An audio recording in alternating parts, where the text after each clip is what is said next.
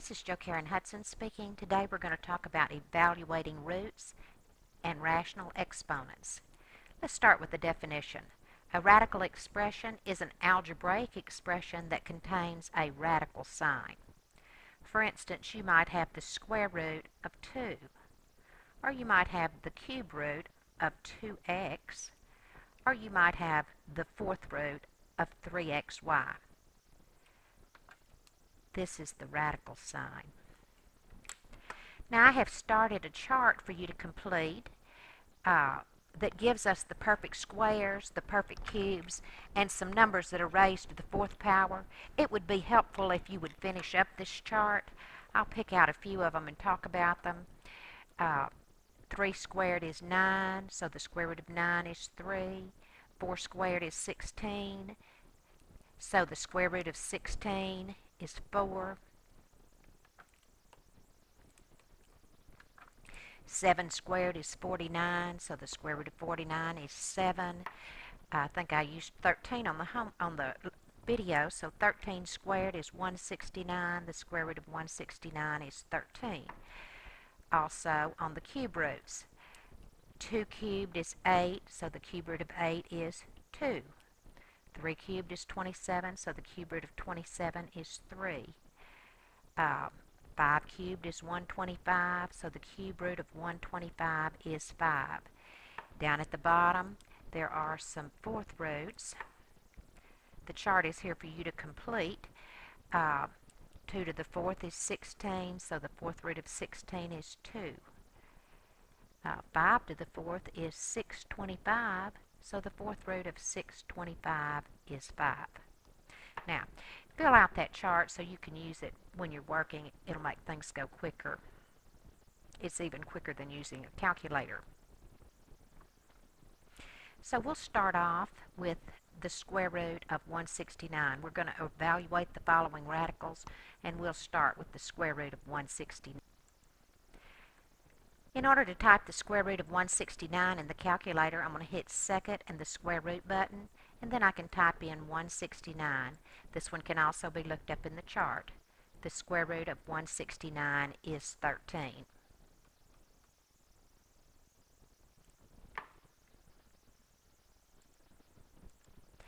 My next problem is the square root of negative 49.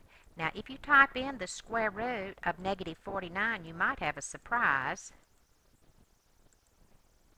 And what that says is not a real number. Not a real number. And there is a reason for that. Can't be a real number because if you're thinking the answer could be 7, 7 times 7 is positive 49. We're trying to get a negative 49. So if you think the answer might be negative 7 times negative 7 is positive 49. There is nothing that we can square it and get a negative number, so that whenever we have a negative number under the radical, we'll say it is not a real number. When I type in a cube root, I'm going to have to type in 125 raised to the parenthesis 1 divided by 3 power. Even if you use the start menu, even if you go up the start menu right here, you can find a calculator and it'll have the parenthesis that you can type in on the start menu, or you can go back and use the chart. This one is on the chart.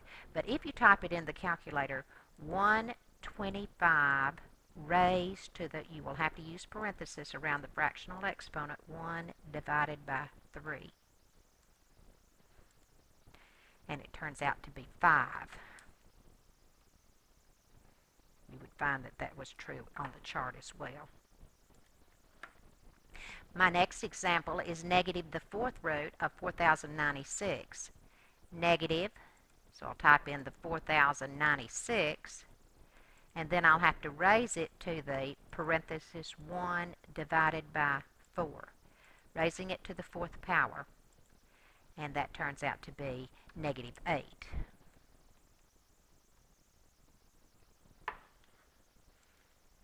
Now, when you have a fraction under the radical, I like to separate my fraction, my into separate radicals. And then I can either look this one up in the chart or I can use the calculator. The square root of 25 is 5 and the square root of 64 is 8. Example 6, I will definitely have to use the calculator for this one. Negative the square root of 0.36, and that turns out to be negative 0.6.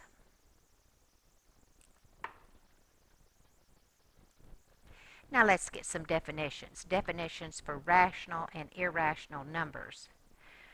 A rational number is a number that can be written as a fraction. We usually see a little fancier definition than that, something like P over Q, such that P and Q are integers and Q is not equal to 0. And that's just a fancy way of saying that it can be a fraction. Rational numbers are fractions. They are also terminating or repeating decimals. And your calculator can turn fractions into decimals. So they're either fractions, or they're terminating or repeating decimals. Now an irrational number is just the opposite, never a fraction.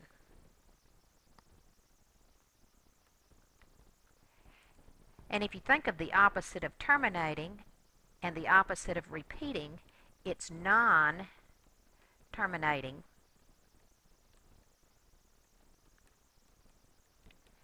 and non-repeating. Non-terminating and non-repeating decimals.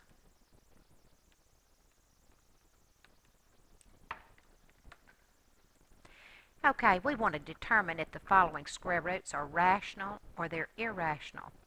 Now, the square root of 25 is on your chart, or you can type it in the calculator. The square root of 25 is 5. 5 can be written as a fraction. We could write 5 as 5 over 1. It is rational. Now, I'm going to put the square root of 45 into the calculator. The square root, second square root of 45 goes in my calculator, and you see what it turns out to be right here, big old long thing. It has actually been rounded off to 9 decimal places because that's what this calculator does, but it is a non-terminating, non-repeating decimal. This particular one is irrational. It has just been rounded off, irrational. You see, if I get my calculator back out and I press math, enter, enter to try to get it back to a fraction, it will not go back to a fraction, and that is because it is irrational. We want to find the decimal approximations of the following, starting with the square root of 91. The square root of 91, second square root of 91. Let's see, that turns out to be, I'm going to grab it and pull it over here. If I copy down 4 decimal places, I'm trying to round it off to 3. The nearest thousandths rounds off to 3. So if I copy down 4, 9.5393, I'm keeping 3 decimal places, so I'll look 1 to the right, and because that number is less than 5, I'll just lop it off. So rounded off to 3 decimal places, this would be 9.539.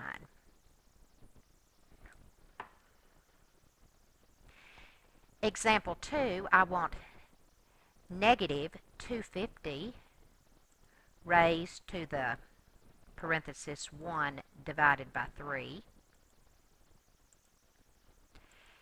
And that would give me